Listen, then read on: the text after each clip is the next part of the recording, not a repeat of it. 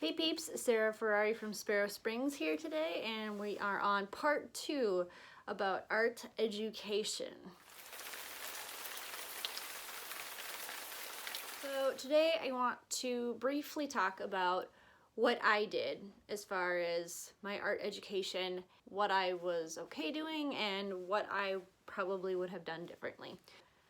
By the time I had hit like my senior year of high school and everything, I had already sold several pieces like in different mediums. I already had kind of the beginnings of a career. I got involved in a online art community, and they were very willing and very helpful in the form of critiquing my work to help me improve. Once I got into kind of my junior and senior year of high school, my thought was, well, I obviously have this started, so why don't I start taking some classes in high school?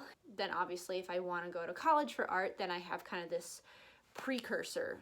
So I took an independent study my junior year, and then I was in an advanced art program in high school. I was okay with the independent study for the sake of I learned a lot of the basic principles. As far as the advanced art class that I took my senior year, I probably would not take that because it was an excessive load of homework. By the end of it, it was like, okay, you create this portfolio and then you send it in, and then if you pass, you get a college credit. Great.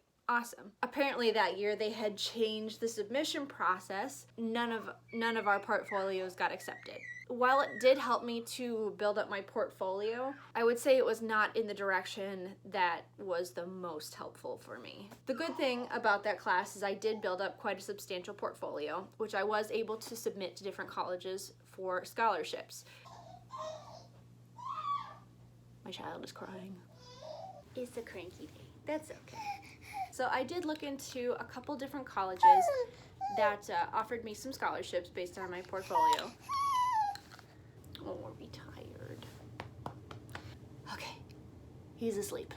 Real life, you guys. So I had looked into a couple different colleges, and they had given me, I'd gotten some scholarships based on my ACT score and my portfolio and whatnot. Halfway through my first semester, it was just very obvious that that was not the direction I needed to go, because I had gone into college thinking that, okay, I want to have like a solid, consistent art career. I thought that by going to college that could happen and they could do that for me. Different colleges have different focuses. Looking back, I would have probably looked more deeply into which college I was going to. Probably the best decision I could have ever made was not go at all. It was a very expensive mistake to make. I felt like I got farther on my own than I did with the help of any sort of like schooling or college or anything like that. So fast forward almost 10 years now from when I dropped out of college.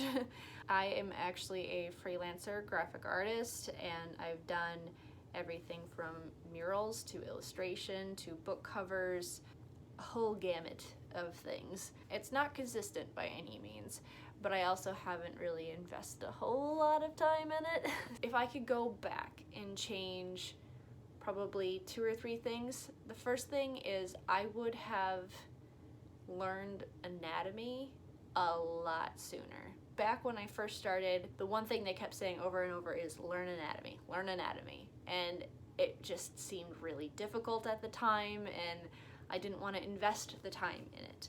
So fast forward, it's like, well, guess what? It's still a lot of work and it's still a lot of time, but it's worth it. It is so worth it for the end result. College kinda got into that. That's a soapbox of mine that I won't get into right this second. The second thing that I would have done differently is I would spend a lot less time selling myself and a lot more time practicing. It is my general opinion that when it comes to making art, it is 95% work. Like 5% of it is like natural talent. Like, I believe that natural talent can help you learn faster, but I also believe that with a lot of hard work that most people, I will throw in that most, not everyone, most people can become a very skilled artist with enough time and with enough practice. In a nutshell, that's what I did and some things that I would do differently. If you haven't already, to go watch part 1 and stay tuned for the next part about when I talk about why I don't recommend college. Make sure you get on my email list to find out when I post new videos or new product updates and giveaways and all the sorts of things. It's the place to be if you want to know what's going on. So I'll see you later, peeps.